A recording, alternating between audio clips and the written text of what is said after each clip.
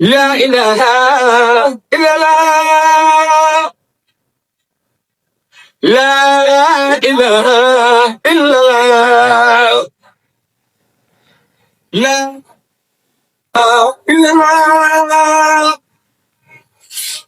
لا إله إلا الله لا إله إلا الله لا إله إلا الله لا إله إلا الله لا إله. أعوذ بالله من الشيطان الرجيم بسم الله الرحمن الرحيم وصلي وسلم وبارك على سيدنا ومولانا محمد وعلى آله وصحبه والحمد لله رب العالمين. ربنا زدنا علما وعملا وأدبا وفهما. السلام عليكم ورحمة الله تعالى وبركاته.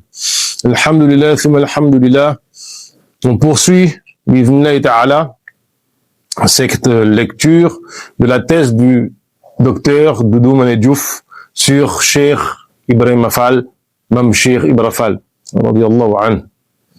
Inch'Allah, bi'idhnillah, on a déjà bien avancé en fait dans ce deuxième chapitre qui part de la personne même de Mam Cheikh Ibrahim, qui évoque notamment sa généalogie, son statut social qui est très important parce qu'il a une place qui est dans son statut social est important dans la mesure où il est l'archétype d'une catégorie de la société et que par justement son cheminement spirituel et les différentes actions qu'il va mener dans le cadre de ce cheminement spirituel vont l'amener à être un réformateur social de fait. Ce n'est pas quelque chose qui est théorisé, c'est un fait avéré et ça on l'a expliqué. Maintenant, on va justement, toujours dans cette perspective, continuer, parce qu'on parlait des Tcheddo, etc. Maintenant, on va parler de lui en tant que régulateur social. Qu'est-ce qui peut être dit ici? Le rôle historique et multiforme de M. Ribara s'intègre dans le cadre d'une réforme, d'une refonte sociale de la société sénégalaise entreprise par le mouridisme. Et ça, on l'a déjà expliqué. On a bien dit que la Mouridiya avait été un tajdid, une remise à neuf de l'islam et notamment dans un cadre particulier qui est celui de la société de Sénégambie, de l'Afrique de l'Ouest, avec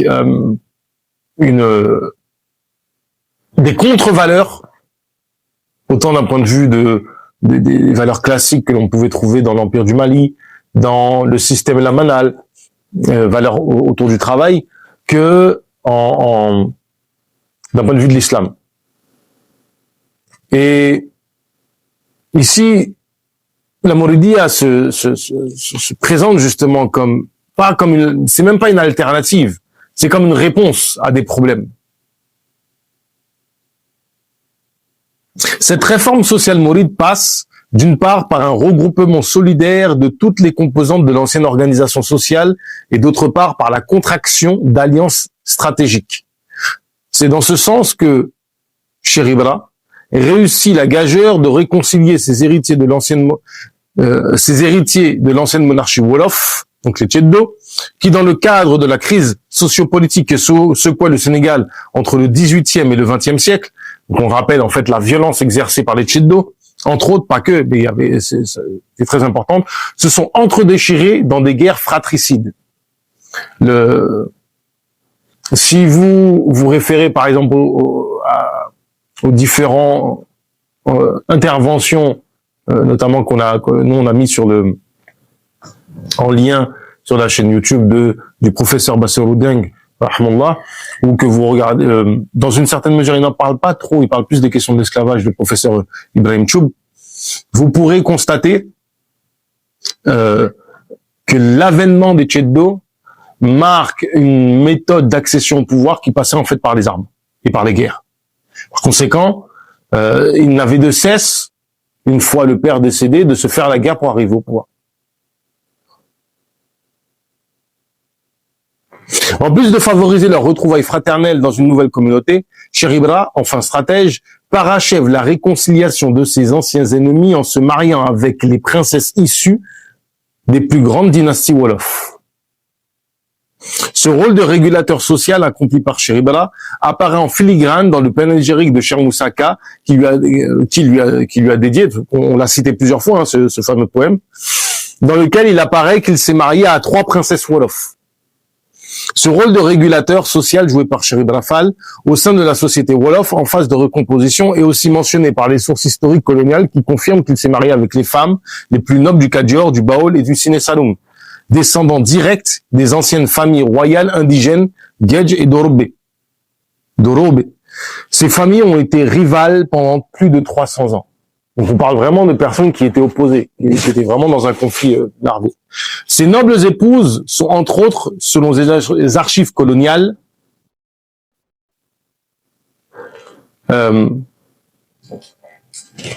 Ganir Silfal, fille de l'ancien damel du Kadior Amarine Ngonefal, et la sœur de Djerifal. Gana Diop et Kumba Tcheleman, fille de Ladjor et sœur de Mbachal, le successeur de Ladjor. Lala Aïssa Fall, fille du damel Samba Laobé Fall, tuée à Tivaouane par le lieutenant Chauvet en 1886. Ce damel-là est connu en fait pour sa résistance. Mbenda Fall, veuve de Dembawar, ancien guerrier de Ladjor, président de la confédération du Kadior, son fils Meissa Mbaye Fall est le chef de Senyokhor. Donc là, on voit les femmes qu'il a pu marier. Après cette réconciliation des anciennes familles aristocratiques,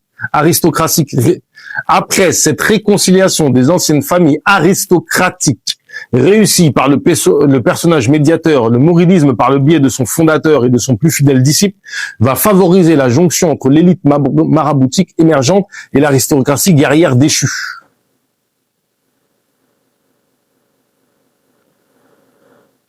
Effectivement, il y a une chose, alors, je suis pas très informé des disciples, par exemple, de El Hajj Maliksi. Je suis pas du tout connaisseur. Mais je peux affirmer que dans le cadre de la Mouridia, de la confrérie mouride, il y a, de fait, un certain nombre de talibés de cheikhs qui sont issus directement de cette aristocratie guerrier que sont les Tcheddo. Et, certains même deviennent musulmans à ce moment-là. Un nombre non négligeable. Je vais pas dire une majorité, j'ai pas envie de m'avancer. Mais il y a un nombre non négligeable. Ce qui fait que jusqu'à aujourd'hui, par exemple, l'image du Tcheddo animiste, elle est encore très gravée dans les esprits d'ailleurs. C'est lié un petit peu à ça. Et donc, ces Tcheddo qui intègrent la confrérie, on a dit que certains se faisaient éduquer par Moucharibala et on les changeait totalement. D'autres restaient auprès de d'autres chouyours. Mais il y avait ce changement radical dans la société qui s'opérait. Et il faut vraiment avoir en perspective, avoir en tête que on est face à un phénomène de réforme sociale et sociétale profond. À savoir que ce phénomène est toujours en cours. Il y a des moments où il y a des tendances à retourner à des patterns, des schémas tcheddo. Serine Abdelaziz Majalis, l'un des petits-fils de Serine Salou par sa mère, me disait une fois, je lui posais une question un petit peu comme ça par rapport à certains phénomènes au Sénégal. Il me dit, tu sais Mustapha, il faut savoir que nous au Sénégal, il y a 3 dimensions qui cohabitent, bon gré, mal gré, et qui des fois même au sein d'une même personne, ça peut cohabiter. La dimension Tcheddo, l'héritage colonial français et l'héritage islamique. La dimension Tcheddo, on va la voir présente, par exemple, dans l'engouement autour des divertissements comme la lutte sénégalaise, le foot, cette tendance à aimer tout ce qui est amusement, Les mourides, par exemple, des fois, on se plaint, certains personnes qui s'attachent vraiment au savoir, etc., à la recherche, que les gens courent dans des maguels, mais donc les célébrations, où il y a des chants religieux, où on mange, etc. Mais dès qu'il s'agit un petit peu de faire des choses qui sont plus érudites, là, il y aura moins de personnes.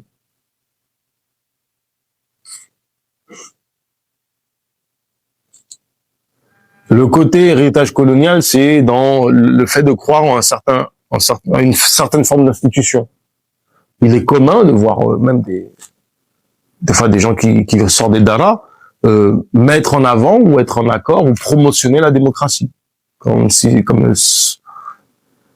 plutôt comme régime politique que comme système politique. Plutôt. La nuance est dans le fait de ici, comment est-ce qu'on désigne en fait le pouvoir. Là où on a des ulémas, je pense par exemple à Serin Abdurrahman, dont l'avis était la non-permission de voter, sauf si on a un candidat dont on est sûr qu'il appliquera la législation, la charia. Vous pouvez voir aussi des fois que des talibés vont être tout à fait trouver normal de parler de politique, de parler de liberté d'expression, de parler de démocratie, mais si tu leur parles de tout bas, ils vont et que tu leur dis ouais, mais à ce moment-là, est-ce qu'il faudrait pas voter pour un nouveau calife lorsqu'on parle des mourides? Et là, vous allez voir quelqu'un de radical en vous disant mais ça va pas. Non, c'est toujours comme ça qu'on a fait, et très attaché à la tradition telle qu'elle fonctionne. Donc, cette cohabitation est très étonnante. Ainsi, au cours de son itinéraire épique qui le mène en Mauritanie, qu'on appelle le cycle de la terre, c'est-à-dire que si vous voulez, les poèmes épiques qui traitent du parcours de Cheikh Khadim, il y a le cycle de la mer, donc le premier exil. Le cycle de la terre, c'est lorsqu'il est en Mauritanie. Le Cheikh Ahmadou Bamba, radiallahu anhu, noue des alliances stratégiques en plaçant les héritiers de l'ancienne monarchie Wolof sous l'autorité des cadres maraboutiques mourides, favorisant ainsi cette fusion sociale au niveau de l'élite. Donc c'est ce que je vous disais, c'est que il pouvait être affilié à Cheikh Khadim, mais pas que. De même, le fondateur réunit autour de sa personne les représentants des plus grands foyers maraboutiques et noue entre eux des mariages stratégiques. C'est dans ce sens que comment il s'appelle c'est Cheikh Anta Babou informe que par un système d'alliance, le Cheikh Ahmadou Bamba s'attira la sympathie des grands foyers musulmans du Kadior et du Baol. Citons le cas de Sokhna Aminata Lo, mère de Mustafa Mbaké, donc le premier calife.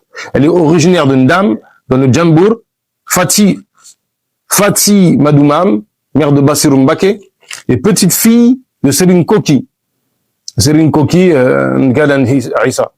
Khadim Pendafal, petite fille de Serine Pir Boubacar Penda Yeri. Kharisilla, originaire de Merinassil, etc.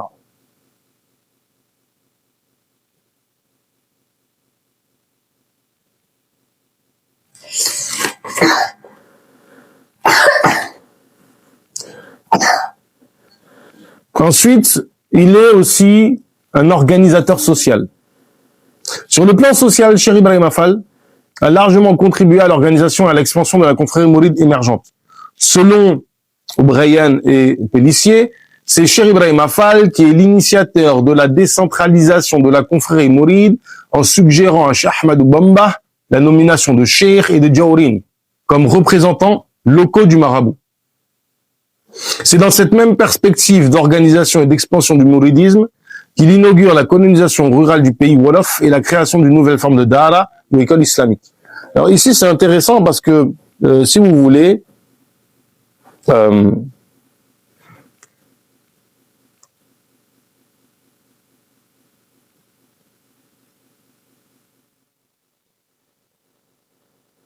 la notion de cher ici, être fait sheikhal, c'est quand tu deviens une personne qui est habilitée à enseigner et à faire la tarbiya. à faire l'éducation spirituelle. Tu peux être un simple cheikh de ta'lim, évidemment, et un cheikh de ta'lim et de tarbiya. En général, quand tu es cheikh de ta'lim, c'est qu'on t'accorde quand même un certain degré de tarbiya. Ici, cheikh va renvoyer forcément à tout ce qui est, entre guillemets, purement religieux, entre guillemets, dans le sens où tu vas non pas organiser les choses socialement, tu vas pas faire tu vas surtout enseigner la religion, c'est tout ce qui va être adoration, répondre aux fatwas, c'est surtout ça que tu vas jouer comme rôle. Jorin, ce n'est pas forcément un érudit. Un Jorin, c'est quelqu'un qui peut être évidemment un érudit, qui peut transmettre le savoir, qui peut transmettre les awarad, qui peut avoir ce rôle-là. Mais un Jorin, ça va être quelqu'un avec qui on va donner une fonction, un rôle, et ce rôle-là aura un impact social forcément. Parce qu'on va lui donner à gérer quelque chose. Ça peut être gérer une dara, gérer une école. Ça peut être gérer un village. Ça peut être s'occuper d'une association qui a un certain but. Je pense par exemple à Touba Sakanam. On peut prendre les Hizb ut-Tarqiyyah. Par exemple, il y a un champ qui est là-bas et il faut s'occuper du champ. On va mettre en place un Jorin pour gérer tout cela. Et le terme Jorin, en fait, c'est un titre qui vient de l'ancien système politique du Kajor. C'était une autorité traditionnelle. C'était quasiment, si je me trompe pas de mémoire, Salim Bassiroundiang m'avait expliqué que c'était l'équivalent d'un comment on appelle ça? C'est même pas un gouverneur, c'était un grand électeur. Donc en fait, il y avait l'idée quand même de quelqu'un qui a à la fois une autorité, mais quand même aussi une tasse politique importante. C'est dans cette même perspective d'organisation et d'expansion du mouridisme qu'il inaugure la colonisation rurale du pays Wolof. Donc effectivement, si vous voulez, là, le pays mouride, c'est le Baol et le Kajor, originellement. Et en fait, il y a une occupation de l'espace qui est typique au mouride. À l'origine, les mourides ne sont pas une confrérie c'est plutôt une confrérie rurale. En effet, si historiquement l'école coranique ou Dara, en tant qu'institution scolaire islamique, est antérieure à l'émergence du mouridisme, force est de noter que cette confrérie, par le biais de Cheikh Ibrahim Affal, a rénové la Dara traditionnelle qui fonctionne beaucoup plus comme un centre d'acquisition de connaissances islamiques. Cheikh Ibrahim Affal, dans le cadre de la réforme socio-culturelle mouride, inaugure la Dara Tarbiya Ligay, donc c'est-à-dire une école qui privilégie l'instruction morale religieuse et le travail sanctifiant, au détriment d'une instruction islamique livresque. Effectivement, après, il n'y a pas que... C'est-à-dire que ça va se systématiser vraiment avec les mourides. Avant, on pouvait y avoir des centres de savoir, vraiment prospères, Pire, Koki, etc. Mais il y avait quand même ce format de école avec un espace agricole. Mais avec la Mouridia, c'est vraiment le modèle, par essence, par définition. C'est ce qui caractérise vraiment les Mourides.